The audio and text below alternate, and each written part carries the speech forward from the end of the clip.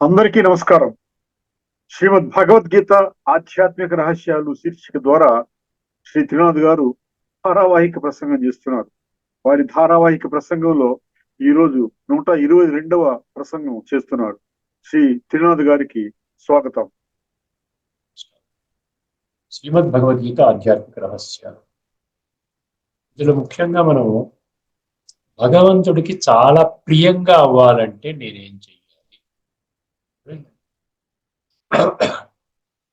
భగవంతుడికి మనందరం భక్తులు. ఎవరైతే భగవంతుడి పట్ల ప్రీతి ఉంటుందో వాళ్ళని భక్తులు అంటారు.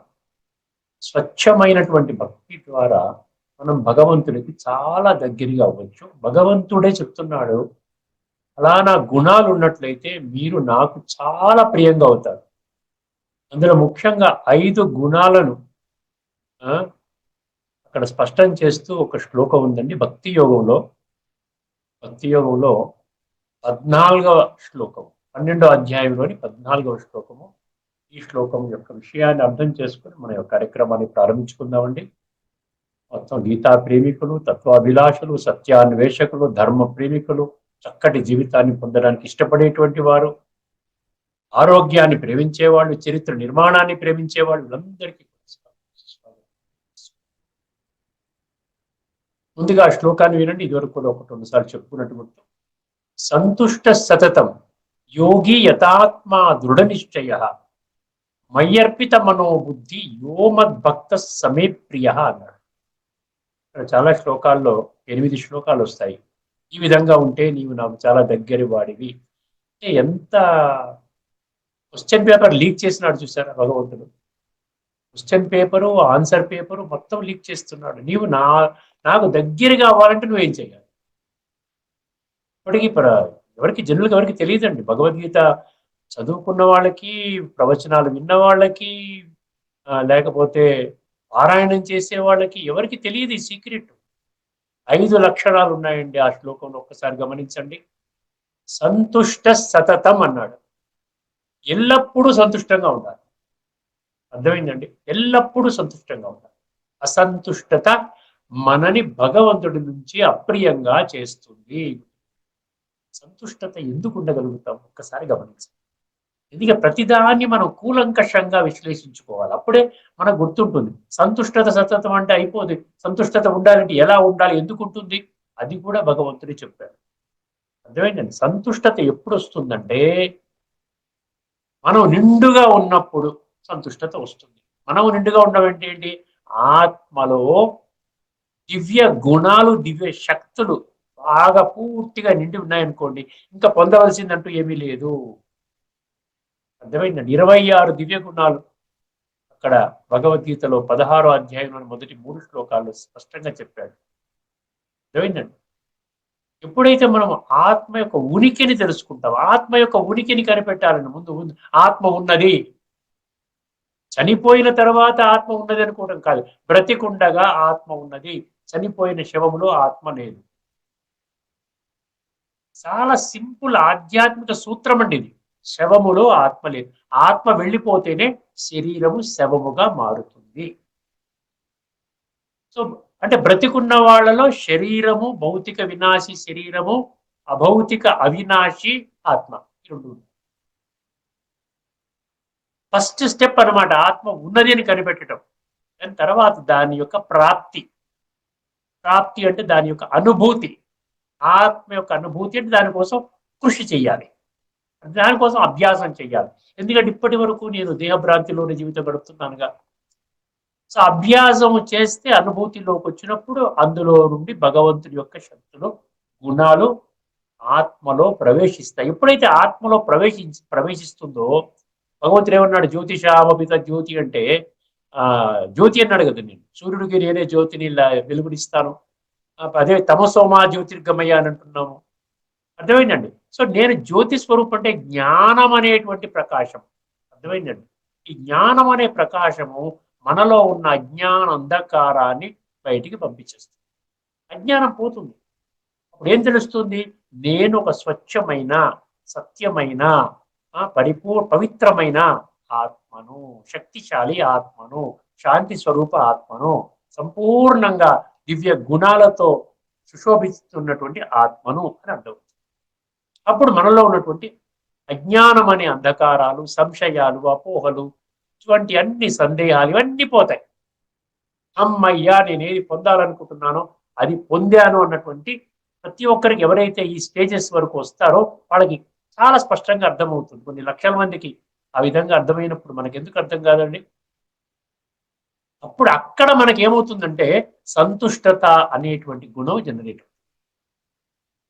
ఇంకా పొందవలసింది ఏమని చెప్పండి? ఆత్మని పరిశుద్ధం చేసుకునే ఒక మార్గం దొరికింది. పరమాత్మ ఉనికిని, ఆత్మ ఉనికిని కనిపెట్టి ఆ విధంగా పరమాత్మ నుండి సర్వశక్తివంతుడు అన్నప్పుడు భగవంతుడు, దివ్య గుణాల సాగరుడు అన్నప్పుడు, త్రిగుణాతీతుడు అన్నప్పుడు ఆ విధంగా నేను కూడా అవ్వడానికి ఒక దారి ఏర్పడుతుంది. అదే అన్నమాట సంతుష్టత అంటే ఉనికినే రాదండి, అభ్యాసం చెయ్యాలి. అభ్యాస యోగయుక్తైన నాడు 8వ అధ్యాయంలో 8వ శ్లోకంలో అర్థమైందండి. అభ్యాసం సంతుష్ట సతతం మొదటి గుణం అండి. రెండవది సంతుష్ట సతతం యోగి. యోగి అంటే మనం అనుకున్నాం కదా, యోగి అంటే యోగి, యోగా ఈ పదం ఏదైతే ఉందో మామూలుగా మనం చేసే యోగాసనాల గురించి చెప్పడం లేదు. అది భౌతికం, దాన్ని హఠయోగం అంటారు. హఠయోగం అంటే శరీరం యొక్క ఆసనాలంటే శరీరం యొక్క భంగిమలను మార్చుకుంటూ, లేకపోతే శ్వాస తీసుకునే ప్రక్రియ ప్రాణాయామం అంటారు. అది కాదు భగవంతుడు చెప్పేది. ఆధ్యాత్మిక దృష్టికోణంలో శ్రీమద్ భగవద్గీత సర్వ విద్యలలోకి ఆధ్యాత్మిక విద్య అని 10వ అధ్యాయంలో 32వ శ్లోకంలో స్పష్టం చేయడం జరిగింది. అర్థమైందండి. అందుకని ఇక్కడ ఏమంటున్నాడు? యోగి అనగానే ఆత్మ ఉనికిని కనిపెట్టి ఆత్మ నేత్రం అంటే బుద్ధి నేత్రం తెరుచుకొని స్పష్టంగా ఆత్మిక స్థితిలో ఉండడం అనమాట. First step. ఆత్మిక స్థితిలో ఉంటే చాలు, పరమాత్మ కిరణాలు పాస్ అవుతాయి. ఎందుకంటే ఆత్మ అనేది మీడియం అన్నమాట. శరీర భ్రాంతిలో మీరు ఎంతైనా పూజలు చేయండి, ఎంతైనా చెయ్యండి, మీరు ఆ కరెంటు మీరు లాగలేరు. అందుకనే భక్తి ద్వారా డైరెక్ట్ గా ముక్తి, జీవన్ముక్తి దొరకదు అని శాస్త్రాలు కూడా చెప్తున్నాయి. అర్థమైందండి. భక్తి నుండి జ్ఞానములోకి పరివర్తన అవుతారు. భక్తి పూర్తి పరిపూర్ణం అయిందనుకోండి, భక్తి ఎందుకు చేశాను? పరమాత్మ పొందు కోసము. సో పరమాత్మ పొందు ఈ విధంగా ఆత్మ ఉనికి ద్వారా, ఆత్మ అనుభవం ద్వారా దొరుకుతుంది అని భక్తుడు జ్ఞానిగా పరివర్తన చెందుతాడు. ఏమైందండి? సంతుష్ట సతతం యోగి. తర్వాత ఏమన్నాడు? యథాత్మ అన్నాడు. యథాత్మ అది చాలా ఇంపార్టెంట్. యథ అంటే కంట్రోల్.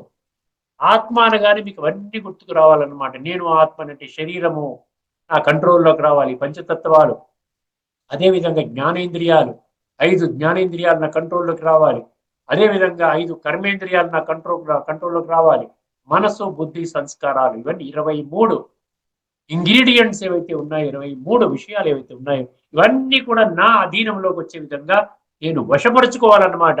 అంటే నేను ఏమి చూడమంటే నా కళ్ళు చూస్తాయి, నేను ఎక్కడికి వెళ్ళమంటే నా కాళ్ళు వెళతాయి, నేను ఏం చేయమంటే ఆ చేతులు పని చేస్తాయి, అదేవిధంగా నేను ఏమి వినాలనుకుంటే అది మాత్రమే వింటాను, వ్యర్థము నేను వినను, నకారాత్మకమైన విషయాలు నేను వినను.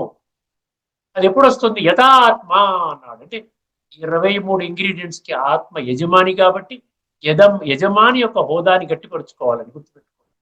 యథాత్మ దృఢ నిశ్చయ అన్నాడు. ఇక్కడ ఈ రోజుల్లో నిశ్చయం లేదండి. మనుషుల్లో నిశ్చయం లేదు. భగవంతుడు సృష్టి మీద అవతరించారు అన్నా కూడా నిశ్చయం. భగవంతుడు ఏంటి, రావడం ఏంటి, నిశ్చయం లేదు. ఆధ్యాత్మిక చింతన అంటేనే ఇంట్రెస్ట్ లేదు జనాలకి. ఎందుకంటే ఆత్మ కనపడదు, పరమాత్మ కనపడదు, ఈ సృష్టి పరివర్తన, సంస్కార పరివర్తన ఇవేవి కనపడవండి. మనం చేస్తే అనుభవంలోకి వస్తాయి. అందుకని గీతల 11వ అధ్యాయంలో 8వ శ్లోకంలో ఏమన్నాడు? పశ్చిమే యోగమైశ్వరం అన్నాడు. నా యొక్క శక్తిని, నా యొక్క మహిమలు, నా యొక్క గొప్పతనాన్ని పశ్చిమే యోగము ద్వారా చూడన్నాడు. భౌతికంగా 2 కళ్ళ ద్వారా నీవు నన్ను చూడలేవన్నాడు. నతు మాం శక్యసే ద్రష్టం అనేనైవ స్వచక్షుషా దివ్యం దధామితే చక్షు పశ్చిమే యోగమైశ్వరం అన్నాడు. యోగము ద్వారా నా యొక్క ఈశ్వరీయ శక్తిని నువ్వు చూడు నాయన. యోగం ద్వారా అంటే ఆత్మానుభవం చేసుకుంటాం. అందుకే దానిలో భగవంతుడి దగ్గరికి వచ్చినట్లయితే మీకు దృఢ నిశ్చయం అనేది కలిగిస్తాడు. నిశ్చయంలో మళ్ళీ సాత్విక, రాజసిక, తామసికం అని చెప్పుకున్నాం, ధృతి అని చెప్పుకున్నాం. అందులో మనం సాత్విక ధృతిలోకి వెళ్ళినట్లయితే పరిపూర్ణంగా పరమాత్మక అనుభవం జరుగుతుంది. దృఢ నిశ్చయ సంతుష్ట సతతం యోగి యథాత్మ దృఢ నిశ్చయ అయిపోయింది. 4 వచ్చేసాయి. ఆఖరిది ఏంటండి? మై అర్పిత మనోబుద్ధి అన్న. ఇప్పటి వరకు నీవు నన్ను శరీరం నుండి మీరు ఇచ్చేటువంటి వేరే వేరే పదార్థాలు నాకు అర్పించారు. నాకు వేరేవి అందటం లేదు. ఎందుకంటే నేను భౌతికము కాదు, నేను అభౌతికము, నేను ఆధ్యాత్మికము, నేను ఈ 2 కళ్ళతో చూడలేనటువంటి ఒక శక్తిని, ఆత్మస్వరూపాన్ని. అందుకని మీరు నన్ను పరం ఆత్మ అన్నారు. పరమాత్మ అని ఊరికి అంటాం కాదు. దేని వలన భగవంతుడికి పరం ఆత్మ అన్నారు? ఆయన సుప్రీం, ఎప్పటికీ ఆయన ఒక్కరే, వారికి స్వంతంగా సాకార దేహం లేదు. అందుకని భగవంతుడు ఏమంటున్నాడు? నువ్వు శరీరం ద్వారా నన్ను కనెక్ట్ చేయలేవు. నాతో ఎలా కనెక్ట్? తల కింద పెట్టి కాళ్ళు పైన పెట్టి లక్షల సంవత్సరాలు తపస్సు చేసినా మీరు నాతో కనెక్ట్ అవ్వలేరు. అందుకని కనెక్ట్ అవ్వడానికి సాధనం ఏంటంటే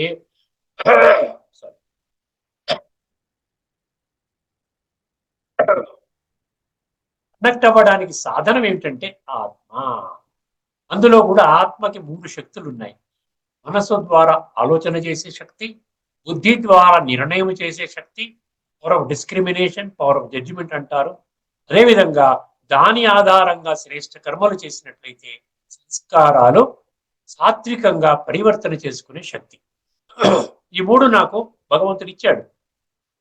అందుకని భగవంతుడు ఏమంటున్నాడు? ఇప్పుడు మీరు ఏం చేయాలి? శరీరం ద్వారా ఇప్పటి వరకు పూజలు, పునస్కారాలు, యజ్ఞాలు, యాగాలు, జపాలు, తపాలు, నోములు, వ్రతాలు ఇవన్నీ చేశారు. తీర్థయాత్రలు, అన్నదానాలు, వస్త్రదానాలు, దాన పుణ్యాలు అంటాం కదా. అదేవిధంగా ఏం చేశారు? ఇంకా మందిరాలు కట్టారు, మసీదులు కట్టారు, చర్చిలు కట్టారు, ఇవి కట్టారు, అన్ని చేసుకుని బ్రహ్మాండంగా చేశారు, అద్భుతంగా చేశారు, భక్తి పారవశ్యంలో మునిగిపోయారు. కానీ మీరు నాతో కనెక్ట్ అవ్వలేదు. ఎందుకంటే మీరు స్థూలమైనటువంటి మీడియం తీసుకున్నారు. కానీ భగవంతుడు ఏం కోరుకుంటున్నాడండి? సూక్ష్మమైన మీడియం కోరుకుంటున్నాడు. అందుకని ఏమన్నాడు? మై అర్పిత మనోబుద్ధి. ఈ మనసు బుద్ధి ఏదైతే ఇచ్చానో నేను ఇచ్చాను కాబట్టి నన్ను తెలుసుకోవడానికి మీ మనసు బుద్ధిని ఉపయోగించండి, వినియోగించండి అంటున్నారు. అటువంటి ఈ విధంగా ఈ 5 గుణాలు ఉన్నటువంటి వాళ్ళు సంతుష్ట సతతం యోగి యథాత్మ దృఢ నిశ్చయ మై అర్పిత మనోబుద్ధి 5 లక్షణాలు ఉన్నటువంటి వాళ్ళు యో మద్ భక్త సమే ప్రియ. యో అంటే యహ, యహ అంటే ఎవరైతే, ఎవరైతే అంటే 850 కోట్ల మనుషులలో ఎవరైతే భక్తుడు ఈ 5 విషయాలలో ప్రాధాన్యతనిచ్చి దీని ప్రకారంగా నాతో కనెక్ట్ అయ్యేటువంటి విధానాన్ని అందులో వస్తాడో అటువంటి వాడు నాకు చాలా ప్రియము అన్నాడు. గీతలో ఏముందో ఒకసారి చూసుకొని మనం 2వ అంశం ఏదైతే ఉందో గుణాతీత స్థితిలోకి వెళ్ళిపోదాం. భగవంతుడు దివ్య ఏమన్నారు? త్రిగుణాతీతుడు. కాబట్టి ఏ విధంగా త్రిగుణాతీతుడు అన్న సంగతి మనం ఆలోచిద్దాం 12వ అధ్యాయంలోని. ఎందుకంటే ఇది కూడా మీరు కరెక్ట్ చేసుకోవాలి. ఒక్కొక్క శ్లోకంలో భగవద్గీతలో ఇచ్చినటువంటి ఏమన్నా కరెక్షన్స్ అవసరం అయితే చెప్తున్నాను. దానికోసం ప్రతి శ్లోకాన్ని మీరు ఈ బుక్ ద్వారా చెప్తున్నాను. ఒక్కసారి గమనించండి. 12లో ఇది ఏమన్నాడు? 12లో 14 అండి. అందులో 2 శ్లోకాలు కలుపుకొని చెప్పాడు. అద్వేష్ట సర్వభూతానం 13, 14 కల్పించాడు ఇక్కడ. ఒకసారి మీరు మొత్తం చదివేస్తాను, వినండి, పనికొస్తుంది మనకి. ఏ ప్రాణి యందును ద్వేషభావము లేనివాడును, పైగా సర్వ ప్రాణుల యందును అవ్యాజమైన ప్రేమ కరుణ కలవాడును, మమత అహంకారములు లేనివాడును, సుఖము ప్రాప్తించినను దుఃఖము ప్రాప్తించినను సమభావము కలిగియుండువాడును, క్షమాగుణము కలవాడును, అపరాధికిని అభయమును ఇచ్చువాడును, సర్వకాల సర్వావస్థల యందును. ఇక్కడ నుంచి మనం ఇప్పుడు ఈ శ్లోకం వస్తుంది. అయితే ఇదివరకు చదివింది 13.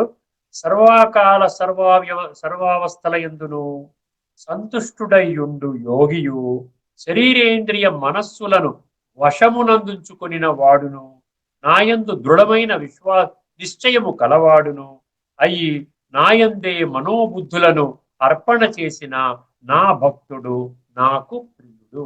అయిపోయింది కదండి. ఇందులో మార్పేం లేదు. అది యాజ్ ఇట్ ఈస్ గా కరెక్ట్ గానే చెప్పడం జరిగింది. అద్వేష్ట సర్వభూతాన 12, 13. అద్వేష్ట సర్వభూతం మనం చెప్పుకున్నాం, ఇదివరకే మనం చెప్పుకున్నాం. ఇప్పుడు మనము 14వ అధ్యాయం మన గుణత్రయ విభాగంలో మనం మాక్సిమం అన్ని కవర్ చేస్తున్నామండి. అప్పుడు ఏమవుతుందంటే గుణములు అంటే ఏమిటి, సతోగుణం యొక్క లక్షణం ఏమిటి, రజోగుణం యొక్క లక్షణం ఏమిటి, తమోగుణం యొక్క లక్షణం ఏమిటి, ఇదే మనకి స్పష్టం చేస్తున్నాడు. రకరకాల శ్లోకాలు చెప్పుకుంటూ చెప్తున్నాడు. ఎందుకంటే విడమరిచి చెప్తే మనకు కొంచెం అర్థం అవుతుంది, కాస్త బుద్ధి నేత్రం తెలుసుకున్నట్లయితే కొంచెం క్లారిటీ వస్తుందని అవే చెప్తున్నాడు. ఏమంటున్నాడు, ఏం చెప్తున్నాడు? సాత్వికము అంటే సుఖ సంజ్ఞేన బధ్నాతి జ్ఞాన సంజ్ఞేన చానగా అన్నాడు. సుఖము జ్ఞానముతో బంధింపబడతాడు అన్నాడు. తర్వాత ఏమన్నాడు? లోభం అన్నాడు. రాజసం అంటే లోభం అన్నాడు. అదేవిధంగా తామసం అంటే ఏమన్నాడు? ప్రమాద నిద్ర ఆలస్య అన్నాడు. ప్రమాద నిద్ర ఆలస్య, ప్రమాద ఆలస్య నిద్ర, నిద్ర ఆలస్య ప్రమాద, ఏదైనా కానీ చాలా భయంకరమైన పరిస్థితి అన్నమాట. తామస గుణంలో ఉన్నామా, మనం రాజసంలో ఉన్నామా, లేక సాత్వికంలో ఉన్నామా అనే మనకు ఎవరికి వాళ్ళే నిర్ధారించుకోవడానికి భగవంతుడు ఆ ఫార్ములాని మన ముందు పెట్టేశాడు. ఏమంటున్నాడండి? ఇప్పుడు మనకి 14వ అధ్యాయంలోని 16వ శ్లోకం మనం గత ఎపిసోడ్లో చర్చించుకున్నాము. ఇప్పుడు తదుపరి శ్లోకాన్ని ఒకసారి పరిశీలిద్దాం. 14వ అధ్యాయంలోని 17వ శ్లోకం. సత్వాత్ సంజాయతే జ్ఞానం రజసో లోభ ఏవ చ ప్రమాద మోహో తమసో భవతో అజ్ఞానమేవ చ. అర్థమైందండి? మళ్ళీ మళ్ళీ మళ్ళీ ఎందుకు చెప్తున్నాడు? అజ్ఞానములో ఉన్నారు మీరు. తమస్సు అంటే చీకటి, చీకటి అంటే అజ్ఞాన అంధకారము. అంటే 24/7 అంటే 24/7 అంటారు కదా, 365 days, 365 రోజులు నేను దేహం అనేటువంటి దేహ భ్రాంతిలో కూరుకుపోయి ఉన్నారు. మీరు తమస్సులో ఉన్నారు. కాబట్టి తమస్సు అంటే = అజ్ఞానము. అజ్ఞానం అంటే దేహభ్రాంతి.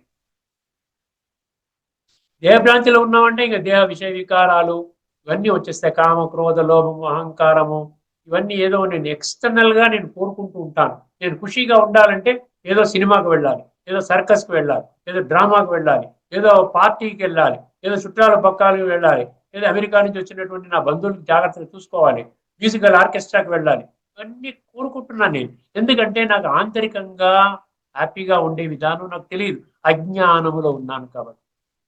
అది తమో ప్రధాన స్థితి, తామసిక స్థితి. జ్ఞానము అజ్ఞానం మనం పదే పదే చెప్పుకుంటున్నాం. ఇది చాలా ముఖ్యం. ప్రపంచంలో ఏ శాస్త్రం, ఏ గ్రంథము, ఏ ధర్మానికి చెందినటువంటి గ్రంథమైనా కూడా, ఏ మతానికి చెందిన గ్రంథమైనా కూడా జ్ఞానం యొక్క నిర్వచనం ఇప్పటి వరకు మానవాళికి ఇవ్వలేదండి.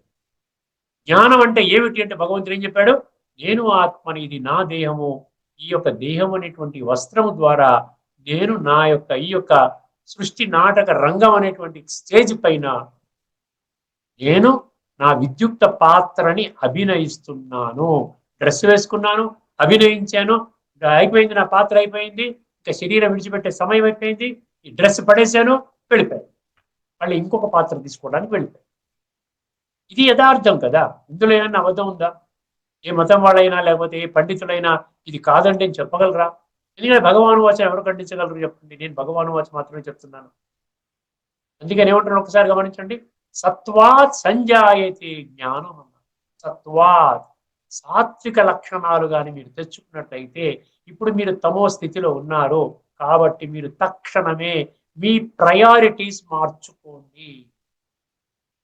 మీ ప్రయారిటీస్ మార్చుకోండి.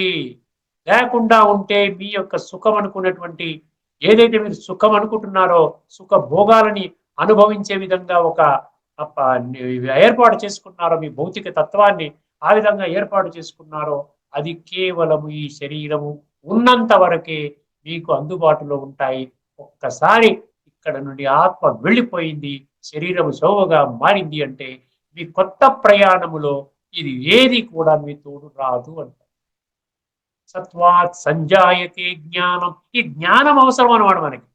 అర్థమైంది? ఇది జ్ఞానం ఆధారితమైనటువంటి యోగం అన్నమాట. యోగం అంటే ఏదో కళ్ళు మూసుకొని అక్కడ ఒక రోజా పువ్వు పెట్టేవండి, దాన్ని తీక్షణంగా చూడండి, అది యోగం అంటే అంధవిశ్వాసంతో కూడుకున్న యోగం. అర్థమైందండి? ఇక్కడ జ్ఞానం ఆధారిత యోగము అంటే ఆత్మ అనుభవం చేసుకున్నప్పుడు పరమాత్మతో మనము మనస్సు బుద్ధి ద్వారా కనెక్ట్ అవుతాం.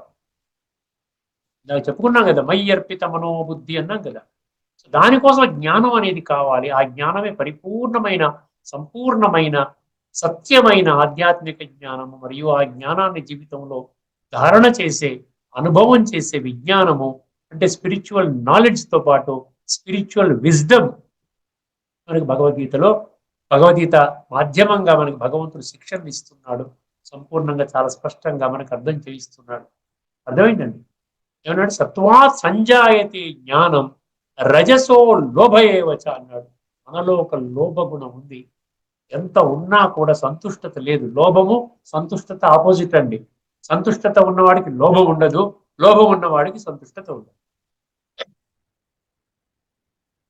మనకి ఎంత అవసరమో అంత సంపాదించుకోమండి. అవసరము లేనింత ఇంకా పొట్ట కోసము కాకుండా పెట్టె కోసం అని ఏదో చెప్పారు, పెద్ద మనిషి ఎవరో చెప్పారు.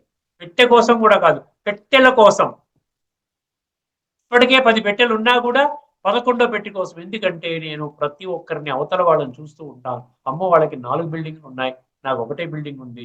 నాకు నలుగురు పిల్లలు ఉన్నారు, నాకు 4 బిల్డింగ్లు కావాలి, 4 కార్లు కావాలి.